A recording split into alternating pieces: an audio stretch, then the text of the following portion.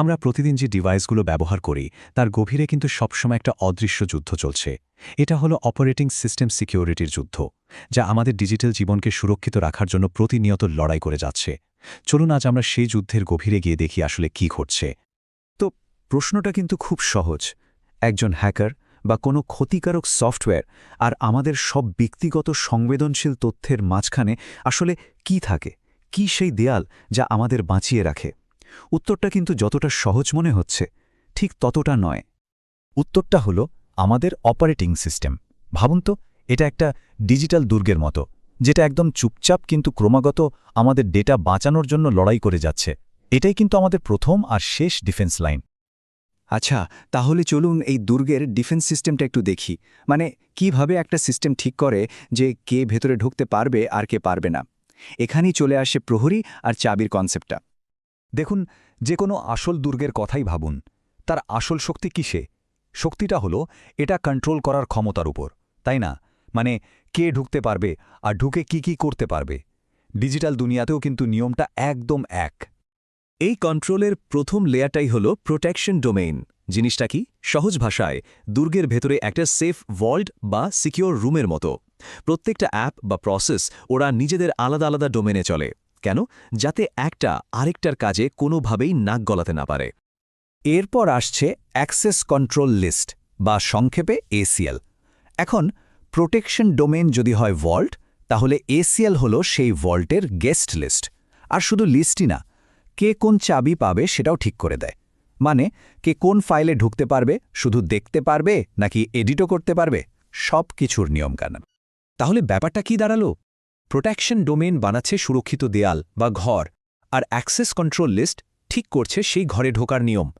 একটা যদি হয় দেয়াল, তো আরেকটা হলো সেই দেয়ালের দরজা আর দরজার দারোয়ান।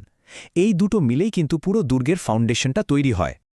কিন্তু যতই শক্তিশালী দুর্গ হোক না কেন, দেয়ালে ফাটল তো থাকতেই পারে, তাই না? অ্যাটাকাররা ঠিক ওই দুর্বল জায়গাগুলোই খোঁজে। চলুন এবার দেখি ওরা কিভাবে সফটওয়্যারের নিয়ম ভেঙেই দুর্গের ভেতরে ঢুকে পড়ে। একটা ইন্টারেস্টিং ব্যাপার হলো, অ্যাটাকাররা কিন্তু সোজাসুজি দরজা ভাঙে না। তাদের পদ্ধতিটা অনেক বেশি চালাকির। ওরা সিস্টেমের প্রহরীদেরই ধোঁকা দেয়। কিভাবে? সিস্টেমের নিজের কোডের মধ্যেই থাকা ছোট ছোট ভুলগুলোকে কাজে লাগিয়ে ওরা ভেতরে ঢুকে যায়। এর একটা ক্লাসিক উদাহরণ হল বাফার ওভারফ্লো অ্যাটাক। চলুন খুব সহজ করে বুঝি। ধরুন আপনার কাছে একটা বাক্স আছে যেখানে ঠিক 10টা জিনিস রাখা যায়। অ্যাটাকার কি করল? সে চালাকি করে সেখানে 11টা জিনিস পাঠিয়ে দিল। এখন ওই যে এক্সট্রা জিনিসটা, ওটাই হলো ম্যালিশিয়াস কোড বা ক্ষতিকর নির্দেশ। অতিরিক্ত ডেটাটা বাক্স থেকে উপচে পড়ে পাশের মেমোরিতে চলে যায়, আর সিস্টেম তখন ভুল করে ওই ক্ষতিকর কোডটাকেই আসল নির্দেশ ভেবে চালিয়ে দেয়। কি সাংঘাতিক, পাই না? আর এটা কিন্তু অ্যাটাক করার একমাত্র উপায় না, আরও অনেক পদ্ধতি আছে। যেমন ধরুন ইন্টিজার ওভারফ্লো। ভাবুন, একটা ডিজিটাল কাউন্টার 999 পর্যন্ত গুনতে পারে। এরপর 1 যোগ করলে কি হবে? ওটা 0 হয়ে যাবে, তাই না? অ্যাটাকাররা ঠিক এই রকম গাণিতিক ট্রিক্স ব্যবহার করে সিস্টেমকে দিয়ে ভুলভাল কাজ করিয়ে নেয়। এছাড়াও ড্যাংলিং পয়েন্টার বা নাল পয়েন্টার অ্যাটাকের মতো আরও অনেক সূক্ষ্ম পদ্ধতি আছে, যেগুলো কোডের ছোটখাটো ভুলকে কাজে লাগিয়েই পুরো ডিফেন্স সিস্টেমটা ভেঙে দিতে পারে।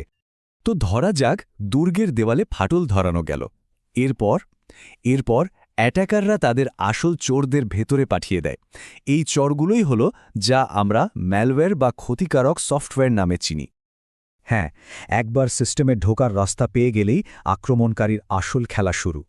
তখন তারা নানা রকমের ম্যালওয়্যার ব্যবহার করে। উদ্দেশ্য? হয়তো আপনার ডেটা চুরি করা, কিংবা পুরো সিস্টেমের কন্ট্রোল নিয়ে নেওয়া, অথবা ভবিষ্যতে আরও বড় কোনো অ্যাটাক করার জন্য পথ তৈরি করা। এই ম্যালওয়্যারগুলো কিন্তু সব একরকম নয়। যেমন ধরুন ভাইরাস, এটা একটা হোস্ট ফাইলের ওপর নির্ভর করে, অনেকটা পরজীবীর মতো। ফাইলটা চালালেই ভাইরাসটাও অ্যাক্টিভ হয়। অন্যদিকে ওয়ার্ম কিন্তু একদম স্বাধীন, ওর কারো সাহায্যের দরকার নেই, ও নিজে নিজেই নেটওয়ার্কে ছড়িয়ে পড়তে পারে। আর সবথেকে ধুরন্ধর হল ট্রোজান।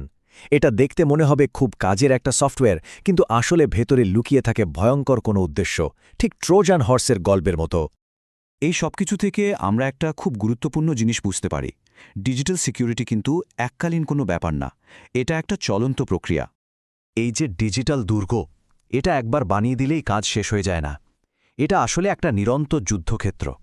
একদিকে অ্যাটাকাররা রোজ নতুন নতুন অস্ত্র আর কৌশল তৈরি করছে, আর অন্যদিকে ডিফেন্ডারদেরও সারাক্ষণ সেই অনুযায়ী নিজেদের ডিফেন্স আপডেট করতে হচ্ছে।